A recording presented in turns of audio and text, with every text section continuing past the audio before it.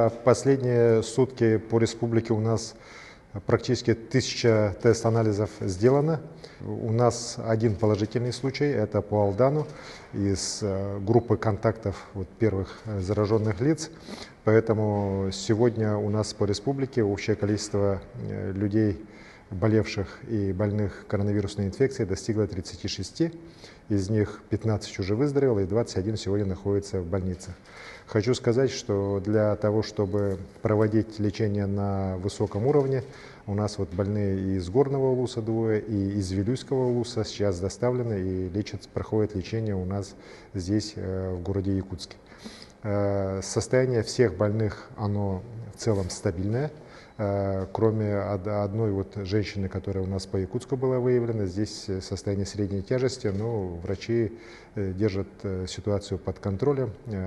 Были и подключения аппарата искусственной вентиляции легких, но и проводятся постоянные телеконсультации с московскими ведущими институтами по дальнейшему ведению лечения. Много вопросов по Ленску, по Чаянинскому нефтегазоконденсатному месторождению. Хочу сказать, что здесь мы, судя по всему, имеем дело с достаточно серьезным очагом заражения.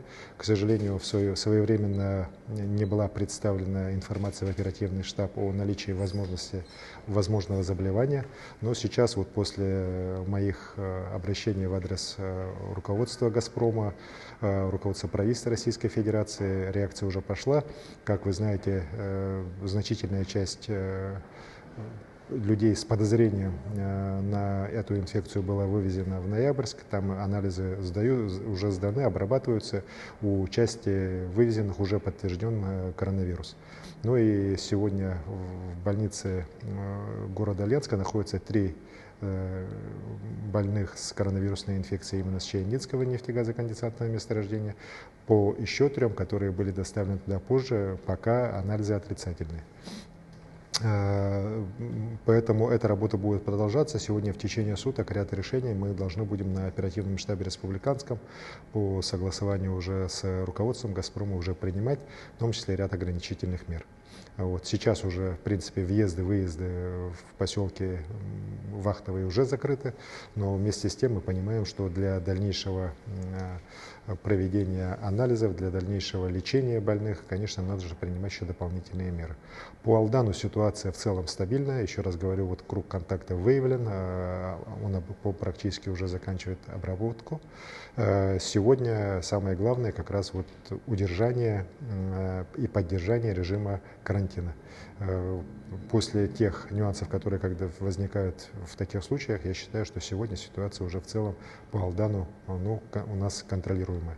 По Якутску я просил бы жителей города Якутска соблюдать режим самоизоляции, потому что последние подтвержденные случаи коронавирусной инфекции, они, к сожалению, у нас выявлены на уровне уже внебольничной пневмонии, и круг контактов, которые могли быть вовлечены в круг общения больных, он до конца еще не установлен.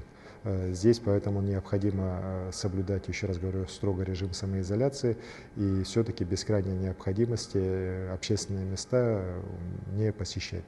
В целом хочу сказать, что еще раз хочу сказать, что ситуация у нас под контролем. В общей сложности у нас 36 всего случаев коронавирусной инфекции с начала эпидемии, из них уже 15 у нас выздоровевших. Много вопросов по медицинским маскам, которые республика закупила в Китайской Народной Республике. Были проблемы с таможней, когда китайская сторона закрывала границы на несколько дней. Но после утрясения всех формальностей первая часть у нас на днях уже вышла с границы. И сегодня она до обеда уже 3 миллиона масок будут у нас на территории Нижнего Бестяха и потом будут уже переправляться сюда. И, конечно же, этот объем в первую очередь пойдет на медицинские учреждения республики, на органы Роспотребнадзора, на правоохранительные органы, то есть на всех тех, кто у нас находится на самой передовой борьбы с коронавирусной инфекцией. Вторую партию мы ожидаем, что с границы она преодолеет сегодня, но и в течение ближайших дней тоже будут доставлены сюда, в Республику Саха-Якутия. Безусловно, президент вчера озвучил очень существенный пакет мер поддержки и малого, и среднего бизнеса, а также и крупных системных предприятий. Они очень важны для нашей республики. Во-первых, конечно же, очень важно то решение президента о выделении безвозмездной помощи малому бизнесу на покрытие затрат по заработной плате за 2 месяца, апрель-май, в случае, если предприятия будут сохранять количество работающих не ниже 90%, чем было на 1 марта.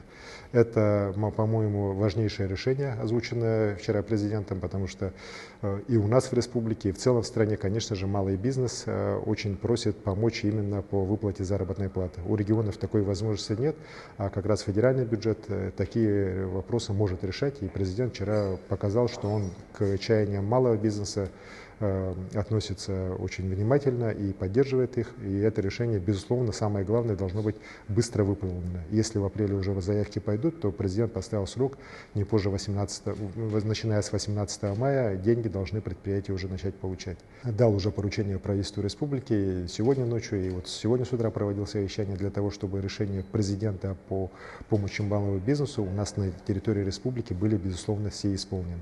Ну и кроме того, конечно, мы принимаем ряд своих решений, в том числе и по кредитованию тех или иных отраслей, по субсидированию процентных ставок. И вот как раз вот это такая синергия действий федеральных органов власти, региональных органов власти, надеюсь, и муниципальных органов власти поможет нам малый бизнес вот в тяжелой ситуации, в которой он оказался сегодня, максимально поддержать, сохранить главное количество занятых. И, конечно же, я не могу не отметить очень важное решение президента о поддержке авиационной отрасли, о выделении 23 миллиардов рублей на решение этих задач. Авиакомпании сегодня наиболее пострадавшие в стране от коронавирусной инфекции. И вот помощь, которая может быть сейчас оказана в том числе и компании Якутия, она для нас крайне важна вот в сегодняшней экономической ситуации. Мы по линии республики сейчас порядка 600 миллионов рублей будем выдавать льготные кредиты на авиакомпанию Якутия. Ну и вот такая помощь со стороны федерального центра, она просто бесценна в сегодняшних условиях.